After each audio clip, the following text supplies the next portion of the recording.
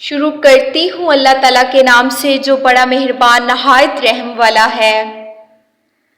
एक दफ़ा का जिक्र है कि एक बंदा अमीरुल मोमिनीन हज़रत सैयदना अली के पास हाजिर हुआ। उसने हज़रत अली को सलाम किया, आपने उसका जवाब दिया। बंदे ने कहा, ए अली मुर्तज़ा, वो कौन से गुनाह हैं जिसके करने से हमारे रिज़्क़ में कमी आ जाती है। उस बंदे की बात सुनकर सैयदना अली ने एक हदीस पाक बयान करते हुए फरमाया कि 5 ऐसे गुनाह हैं जिनके करने से अल्लाह ताला बंदे के रिज़्क़ में कमी के साथ साथ उसको दुनिया और आखिरत का अज़ाब भी दे देता है। अगर हम दुनिया और आखिरत में कामयाब होना चाहते हैं तो हमको उन 5 गुनाहों से हर सूरत में बचना चाहिए। जो बंदा इन 5 गुनाह करने से नहीं बच पाता वो अपनी दुनिया और आखिरत तबाह कर लेता है। उस बंदे ने पूछा, ए अमीरुल मोमिनीन, वो कौन से 5 गुनाह हैं। आपने फरमाया कि पहला गुनाह सूद का कारोबार करना है। हज़रत अली ने आँख भरते हुए फरमाया कि सूद का कारोबार करने वाला इस दुनिया में भी ज़लीलो ख्वार होगा और आखिरत में भी अल्लाह के इनाम किराम से हाथ धो बैठेगा और उसका ठिकाना जहन्नुम में है। सूदखोर इंसान की कोई इज्जत नहीं कर पाता, वो दूसरे को हर वक्त परेशानियां देकर अपना कारोबार चलाता है, इसलिए उसको भी सुकून मुहैया नहीं होता।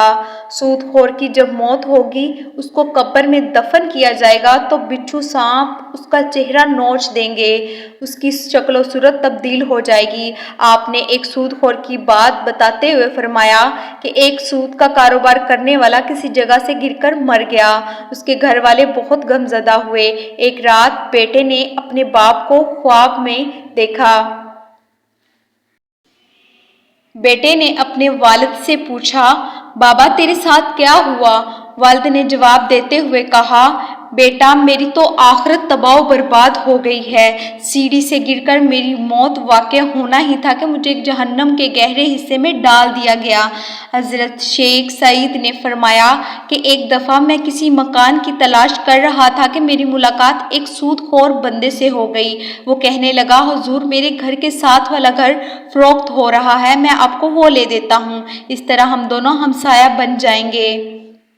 वो बंदा कहने लगा कि ये मकान बहुत अच्छा है, इसमें कोई भी कमी नहीं है, नया तैयार हुआ है और बहुत ही उम्दा बना है। शेख सईद ने फरमाया, ओ बेवकूफ़ बंदे, मुझे तो उसमें कमी ही कमी नज़र आ रही है कि मैं एक सूदखोर का हमसाया बन जाऊं। इससे बुरा और क्या हो सकता है कि इंसान किसी सूदखोर का पड़ोसी बन जाए। अगर ऐसा मकान मुझे फ्री में भी मिले तो मैं ऐसा मकान लेने को तैयार नहीं हूँगा। अगर तुम चाहते हो कि दुनिया में खुशी से ज़िंदगी गुजारो, लोग मेरी इज्जत करें, तो सूद का कारोबार कभी मत करना। आपने फरमाया कि दूसरा बड़ा गुनाह ये है कि किसी की बेटी पर कोई तोहमत लगाना। अल्लाह ताला का फरमान है, जो कोई नेक औरत पर तोहमत लगाता है उसकी दुनिया और आखिरत तबाह बर्बाद हो जाती है। और फरमाया कि तुम किसी की बेटी से शादी नहीं कर सकते तो उस पर तोहमत मत लगाओ, क्योंकि उसके बूढ़े बाप ने सारा दिन मेहनत मजदूरी करके अपनी बेटी को जवान किया, उसकी तरबियत व परवरिश अच्छे तरीके से की है। अब उसकी बेटी जवान हो गई है तो इलाके के लोगों ने उसका रिश्ता लेने के बजाय उस पर तोहमत लगाना शुरू कर दी है कि ये बंदा इसके पास है ही क्या जो अपनी बेटी को जहेज देकर रुखसत कर सकता है। एक तो तुम लोग इस गरीब बाप की मदद नहीं कर सकते और दूसरी तरफ उसकी बेटी की इज्जत को पामाल कर रहे हो। अगर तुम चाहते हो कि अल्लाह ताला इस दुनिया और आखिरत में मुझे बेहतर सिला दे तो कभी भी किसी की जवान बेटी पर तोहमत मत लगाना। अगर तुम किसी की बेटी पर आज तोहमत लगाते हो तो घूम फिर कर कल तेरे सामने ही आएगी। इसलिए हमको ऐसे गुनाहों से बचना चाहिए। तीसरा गुनाह ये है कि यतीम बच्चे का माल खाना। जो बंदा किसी यतीम बच्चे का माल खाता है तो अल्लाह उसके सारे नेक अमाल ख़त्म करके उसको दुनिया और आखिरत में रुस्वा कर देता है, और जब वो मर जाता है तो उसकी औलाद के साथ भी वही होता है जो मरने वाला इस दुनिया में करके गया होता है। हमें चाहिए कि यतीम बच्चे के सर पर हाथ रखें कि बेटा फ़िक्र मत करो, जिस चीज़ की ज़रूरत हो मुझसे ले लेना। हमारे नबी अकरम सल्लल्लाहु अलैहि वसल्लम ने फरमाया कि क़यामत के दिन میں اور یتیم کی کفالت کرنے والا ایسے ہوں گے جیسے ہاتھ کی 2 انگلیاں قریب قریب ہوتی ہیں۔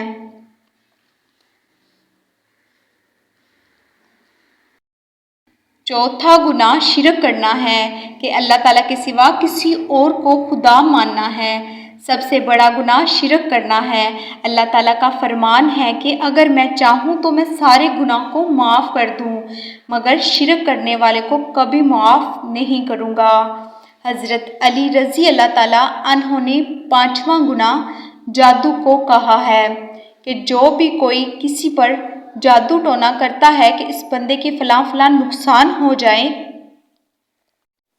آپ نے فرماتے ہوئے کہا کہ جادوگر کا کھانا پینا حرام ہوتا ہے۔